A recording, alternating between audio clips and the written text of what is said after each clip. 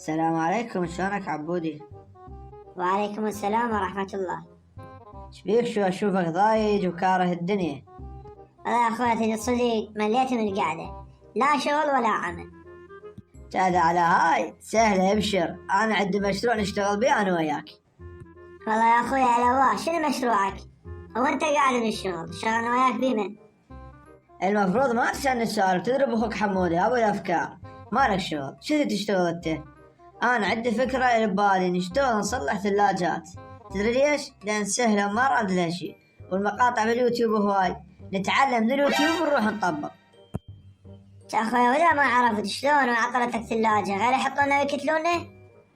لا اعرف انا، بس شنو نتقوى باليوتيوب. مالك شغل، يعني قلت لك وانا وياك موجود. صدق كذب عبودي، امشي وياي وشغله زينه ولقمه حلال.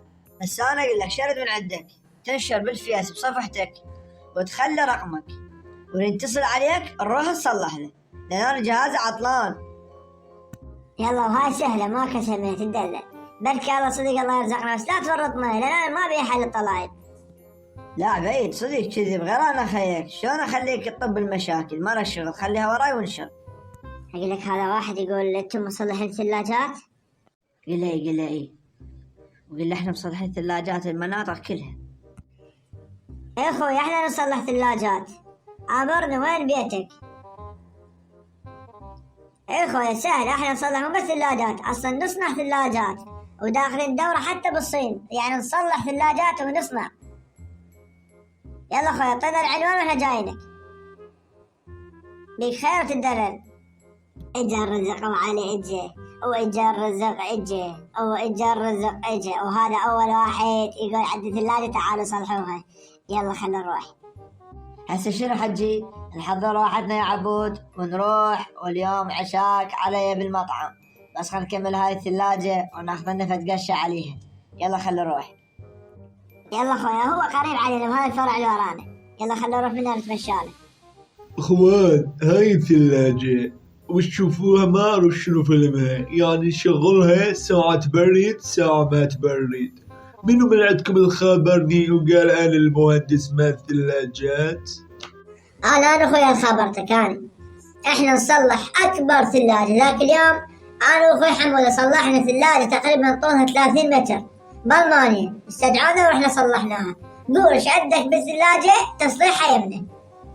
ولكن من الأوادم مو لهالدرجة تحمي على الرجال. اسكت خلينا نصلح ونروح، لا يفقس بينا.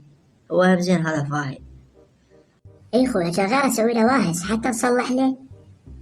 خويا انا راح اروح وهاي الثلاجة بكم بأمانة الله وأمانتكم، وراح يجيكم اخويا داقوقة، هو بعد ايش تحتاجون تجيب لكم، وانا لو ما اعرفكم والناس تسولف بيكم ما اجيبكم تصلحون ثلاجتنا، لان ثلاجتي قطعة من قلبي عزيزة علي. شوف القلب هسه هو شلونه. يا خويا صعب تدلل والله، حتى اغسل لك اياها اليوم. أقول لك إذا هو دريد وهيش داقوقة شلون صاير. يمكن بعد أفهم من عنده.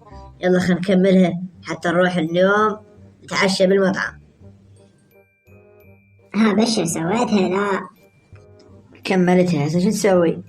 تاني داقوقة لما نجي حتى نشغلها ويفحصها ويعطينا حسابنا. اقول لك ليش ما نشغلها نفحصها قبل لا يجي، حتى اذا ما اشتغلت قبل ندفر. هاي هم خوش فكرة، روح شغلها انت. خب انت روح شغلها ليش يعني؟ وانا صلحت وانت شغل، روح شغلها قبل لا يجي. السلام عليكم. ولك عبود اذا ما اشتغلت راح ننكتر كتله. وعليكم السلام، هلا اخوي، هلا بيك. يا بيكم اسمع عبد الله. هذا اخويا، هذا عبد الله. حمودي بعد البداية بعتني لو ذبيتي قدام هذا عبد الله. لا ولا ذبيتها قدام عليمة، بس حتى من يطي الكرامية يعطيها إلك. إذا انت تعبت وياه ونشريت وخابروك. اقول له اخويا كملت الثلاجة؟ لا اخويا كملناها والحمد لله والشكر، وطينا حسابنا خلنا نروح.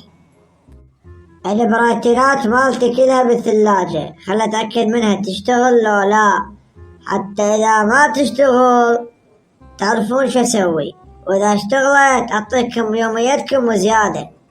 لا خويا تشتغل وفحصناها احنا قبل لا تجي انت. هسه حاسبنا خلي نروح.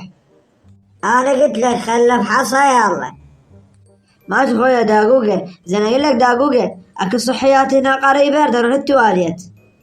يا اخوي بس افتح هذا الباب تلقاه بصفك على اليسرى. يلا عبودة هسه انا اجيك للتواليت واجي. حمود اخو ما تعرف لو تشرد، ترى خيك هذا انا ما ابي اطقه من عندك قبل اموت، تضرب اخوك رشيج. مع الاسف عليك تفكر اعوفك، هسه روح واجي. وهسه يا مهندس عبد الله شغلنا الثلاجة وخلنا نشوفها تشتغل لا. صار خويا صار بخدمتك، هسه شغل لك اياها. بس عادة أنا حمود على ما يجي حتى يعني يشوفها ويانا. ليش لازم متأكد من شغلك مو صحيح. لا أخوي شغل صحيح، هسه شغلها. شوي ما تشتغل اشغل بالدقمة ماكو. خاف الدقمة عطلان أخوي، تأكد غير الدقمة. غيرت الدقمة هم ماكو ما تشتغل. تضحكون علينا انتو تاخذون فلوس وتشردون؟ لا أخوي ما نشتغل، ما نضحك عليك، بس أنا أقول لك حمود قال خد صلح ثلاجات هو يعرف هو صلحها.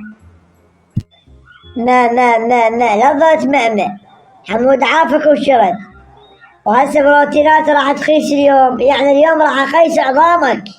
خويا والله انا مالي شغل، والله انا فقير، بس حمود ورطني وقال خل صلح ثلاجات، والله انا ما علي يا خويا، عمار لا تضربني، خويا مالي شغل اني.